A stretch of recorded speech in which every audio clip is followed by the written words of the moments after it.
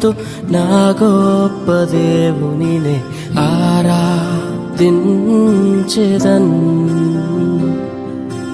పగిలిన నా కుండను నా కుమ్మరి యొద్దకు తెచ్చి బాగు చేయమని కోరెదన్.